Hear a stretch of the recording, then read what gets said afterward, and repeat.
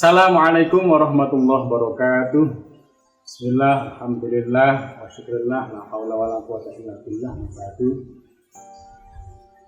Para pemirsa yang berbahagia, syukur alhamdulillah kita masih diberikan kesempatan menjalani puasa pada tahun ini, Maret 2023, Masehi atau kalau Hijriah adalah 1444 Hijriah. Pemirsa yang dirahmati Allah Subhanahu wa taala. Ramadan merupakan bulan istimewa, bulan suci, bulan mulia dibandingkan dengan bulan-bulan lain dalam penanggalan kemarin. Secara historis, banyak sekali peristiwa-peristiwa penting yang terjadi pada bulan Ramadan. Di antaranya adalah turunnya Al-Quran melalui malaikat Jibril kepada baginda Nabi Muhammad SAW yang pada sampai saat ini bisa kita nikmati. Kemudian terjadinya perang Badar, ini juga peristiwa penting yang sangat monumental. Juga perang Fathul Makkah, yang kedua peperangan ini dimenangkan oleh baginda Nabi Muhammad SAW.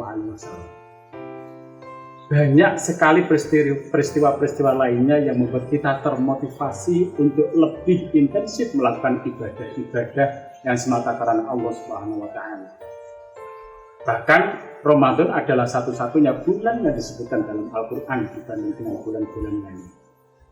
Tentunya ini merupakan peristiwa yang sangat penting dan menjadi titik balik bagi kita untuk terus berupaya menjadikan kita sebagai pribadi yang taat, yang tafakuh fiddin, turut menjunjung tinggi nilai-nilai sosial keagamaan dan mampu menerima fasilitas keistimewaan di bulan ini. Saking istimewanya, baginda Nabi Muhammad SAW bersabda, "Qad atakum Ramadan, sayyidus syuhur, famarhaban bihi wa ahlan. Ja'a syahrus siyam bil barakat, fa'akrim bihi man zairin huwa akim." Telah datang kepadamu Ramadan, bulan utama atas segala bulan, maka sambutlah ia dengan segala keberkahannya. Maka muliakanlah bulan ini sebagai tamu yang sangat istimewa untuk kita semua. Patut kita syukuri bersama karena bulan ini juga NKRI diberikan anugerah berupa kemerdekaan Republik Indonesia dari tangan Belanda. Begitupun berdasarkan hadis Nabi bahwa bulan ini segala amal perbuatan kita dilipat gandakan oleh Allah Subhanahu wa taala. Hanya Allah yang tahu, kita tidak tahu. Kita hanya melakukan perintah sebagaimana hadis Nabi.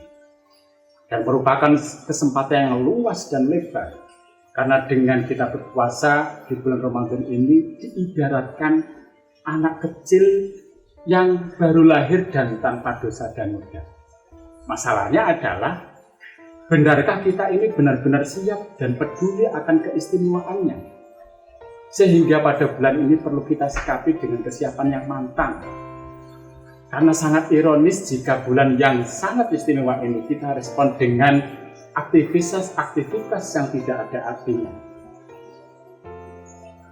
Ada syarat-syarat dan rukun puasa yang harus kita pelajari sebelum kita melaksanakan puasa, agar puasa ini yang kita lakukan betul-betul diterima Allah dan sah secara fikih. Kita tahu bahwa puasa merupakan ritual untuk menahan diri dari segala nafsu dunia. Yang kemudian pada bulan Ramadan manusia diperintahkan untuk melaksanakan aktivitas ibadah. Secara khusus Allah menempatkan bulan suci ini sebagai bulan penuh rahmat, bulan penuh ampunan, dan bulan pembebasan dari dosa-dosa kita. Ini sebuah bonus untuk kita semua. Adapun syarat dan rukunnya adalah harus Islam, satu. Kemudian memiliki akal sehat, yang kedua. Kalau orang gila tidak diwajibkan puasa, apalagi orang yang muskir atau orang yang mabuk. Kemudian yang ketiga adalah bersih dari haid, ini untuk muslimat. Kemudian yang keempat adalah mengetahui waktu kapan dilaksanakan puasa, tentunya dengan ru'yatul hilal atau dengan hisab. Adapun syarat kewajibannya adalah Islam. dua mukallaf, yang ketiga mampu. Islam itu apa?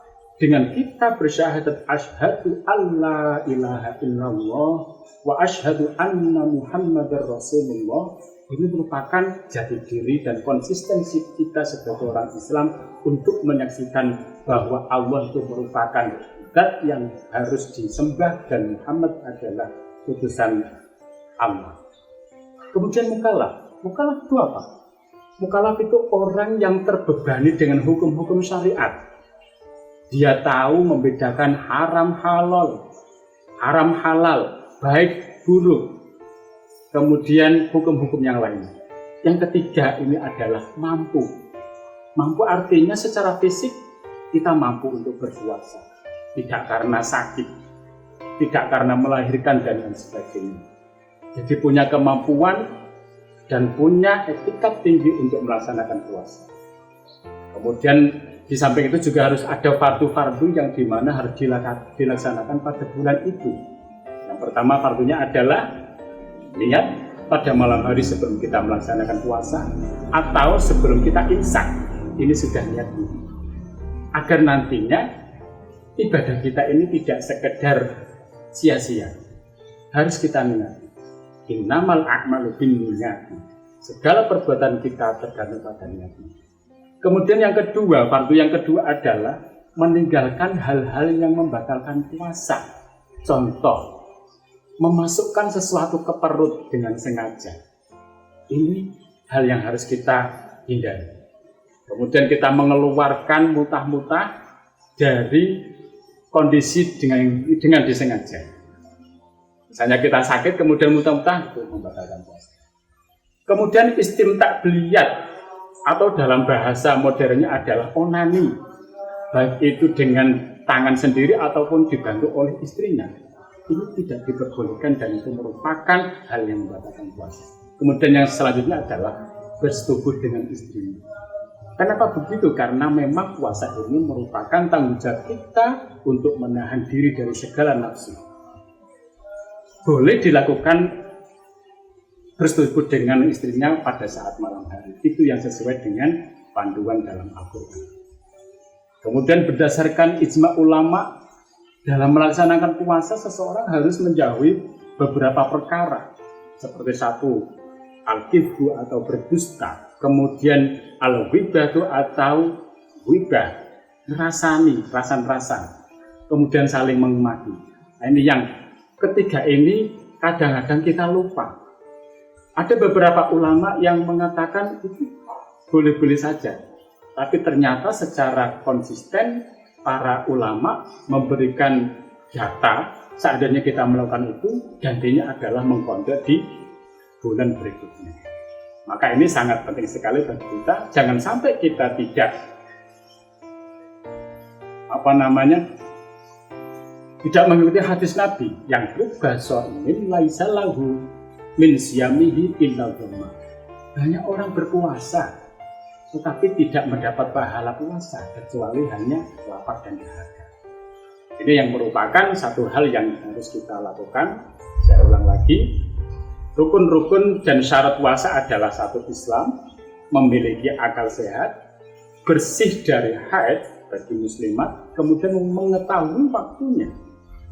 Adapun syarat kewajibannya adalah Islam, kemudian mukallaf, yang ketiga adalah mampu melaksanakan. Artinya mampu secara fisik.